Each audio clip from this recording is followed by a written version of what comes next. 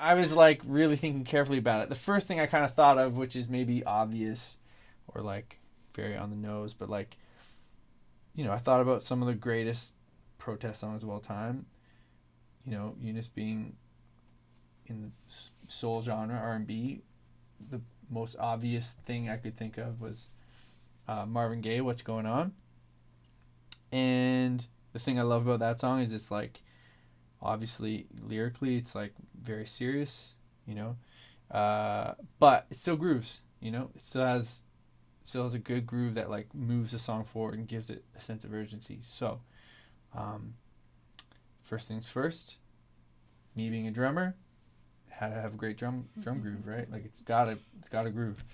So I wanted something that's kind of like powerful and gritty, and so the first thing was I turned to my beloved machine and just started finding samples that were like a little dirtier, still kind of classic R&B, but just had a bit of like edge to them, you know, a little bit of anger, a little bit of, I don't know, just urgency, you know.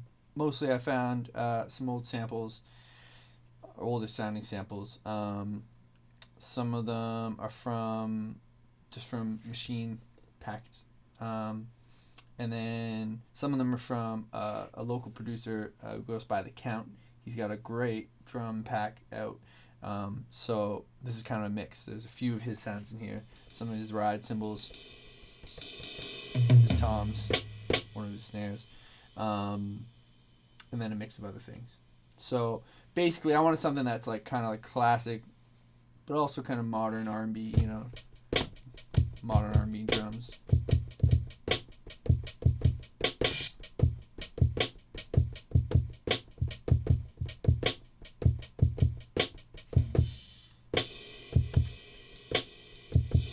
You know, it's kind of dusty sounding.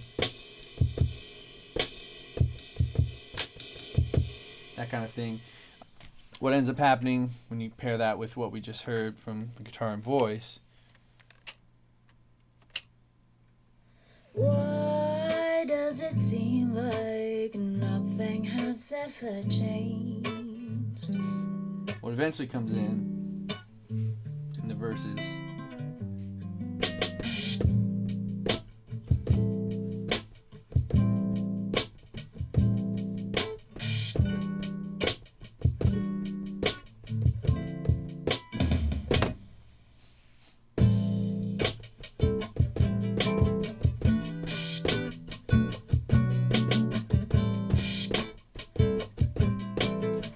But that ended up sounding a little bit small, right? That's not big enough for a chorus. So then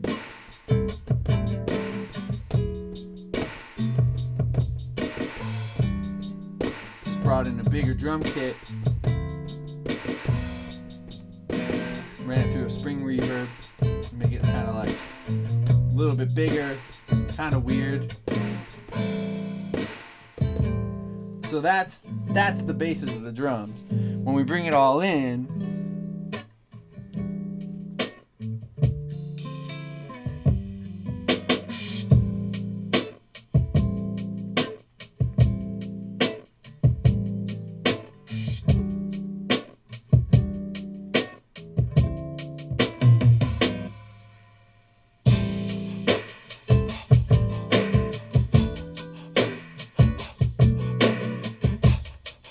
that's the drums on their own.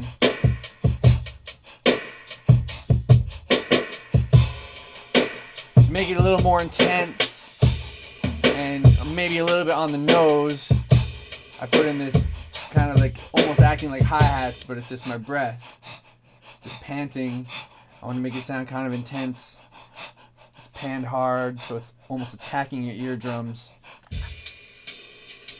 And then it breaks down into the bridge.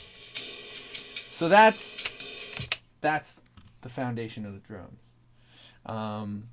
You know, there's obviously some extra layers in there. I can program this all individually as I go.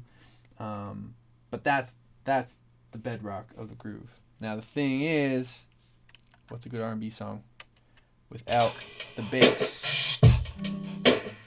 So I got to play bass on this as well. I love playing bass. I'm not a bass player, but I love playing bass.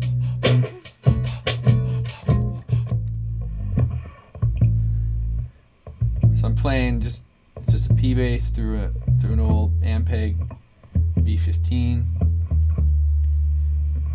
I try to be less sloppy than I usually am, but leaving a little bit of grit in there, right?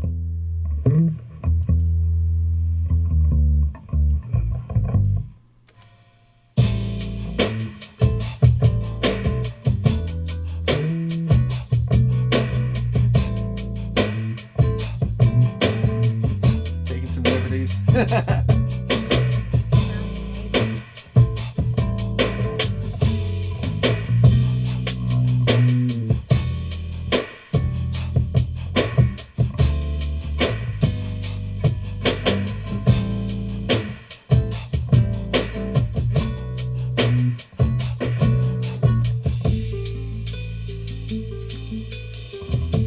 So at this point, like, you know, I really loved the way everything was sounding. That felt like a good foundation for the song, but it definitely needed some color. Like, Eunice is doing a lot in everything she's playing on guitar.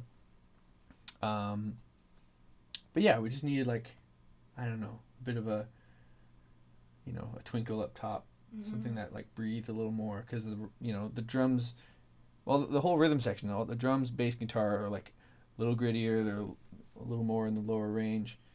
And they're doing a lot of the percussive work. But we just wanted something to float over top of it, make it a little prettier. And we employed the help of a friend, someone who really knew what she was doing. I'm not a good keyboard player, so although you I wasn't play. That's debatable. But your friend, Desarae, we brought her in to play keys. She's brilliant, just brilliant. Yeah, absolutely. Where the keys come in here. So this is the end of the first chorus. We wanted to keep things pretty bare up to this point, and then Desarae sneaks in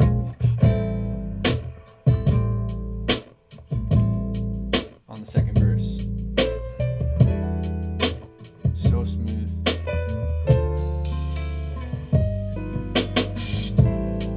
Just a killer player, great, like, understands harmony inside and out. Chooses some really beautiful colors. And then it kind of explodes on the chorus.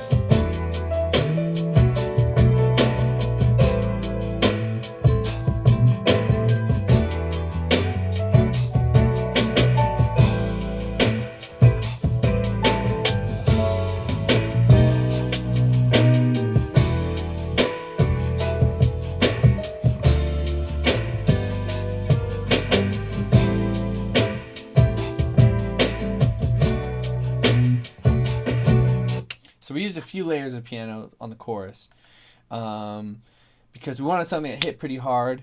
And so basically we have purely just the chord progression. And I've run it through a few things. It's run through a reel tape machine, give it a bit of grit. I also rolled off any of the low end, just so it's like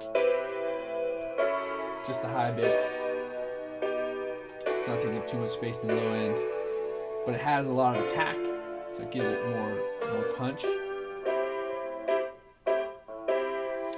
And then underneath that is Desarae's more like, maybe we'll call them, you know, lead parts.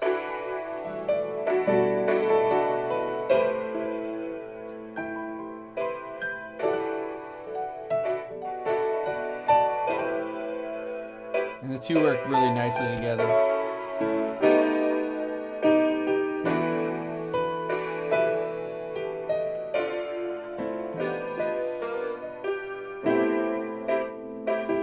And then when we get into the bridge, now it's me playing the keys.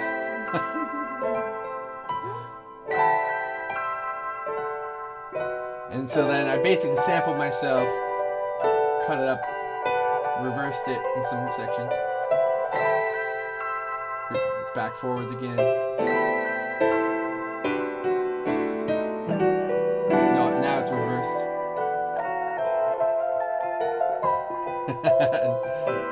It gets a little weird.